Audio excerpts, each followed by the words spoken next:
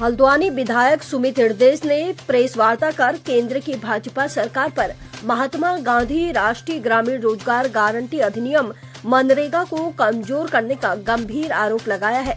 उन्होंने कहा कि मनरेगा गरीब और ग्रामीण परिवारों के लिए केवल एक योजना नहीं बल्कि कानूनी रूप से सुनिश्चित रोजगार का अधिकार है, लेकिन केंद्र सरकार इसके मूल स्वरूप में बदलाव कर इस अधिकार पर प्रहार कर रही है। सुमित हृदय ने कहा कि मनरेगा के तहत मिलने वाले 100 दिन के रोजगार की गारंटी को व्यवहार में कमजोर किया जा रहा है।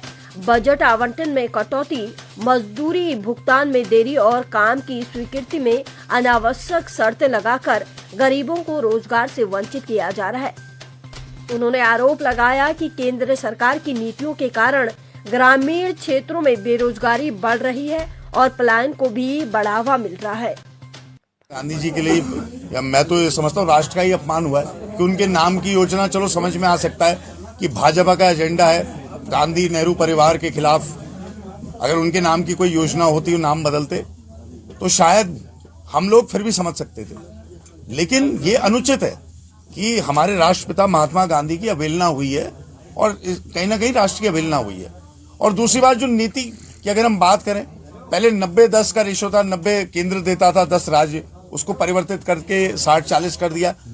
फिर जो विकेंद्रीकरण पूरी सत्ता का करा था राजीव गांधी जी ने, पंचायती राज्य एक्ट लाके, पहले ग्राम प्रधान सुनिश्चित करता था, बीडीसी करता था, जिला पंचायत करता था कि मेरे क्षेत्र में क्या काम होगा मनरेगा के माध्यम से। अब केंद्र इसको सुनिश्चित करेगा। दिल्ली में बैठा हुआ आदमी काला डूंगी, चकलुआ हो गया, मुंशियारी हो गया, चमोली हो गया, वो कैसे बताएगा?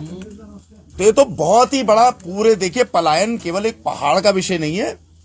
भारत के गांव धीरे धीरे खाली हो रहे हैं, भारतवर्ष का विषय है। और इस पलायन को बढ़ोतरी देने के लिए ये योजना मेरे हिसाब से इन्होंने निकाली है। तो ये सोचनीय विषय है भारतीयों के लिए कि कौन नीतिकार है, किसकी नीति है और क्यों ऐसी नीति बनाई जा रही है कि हमारे काश्तकार कमजोर हो, हमारे गांव कमजोर हो।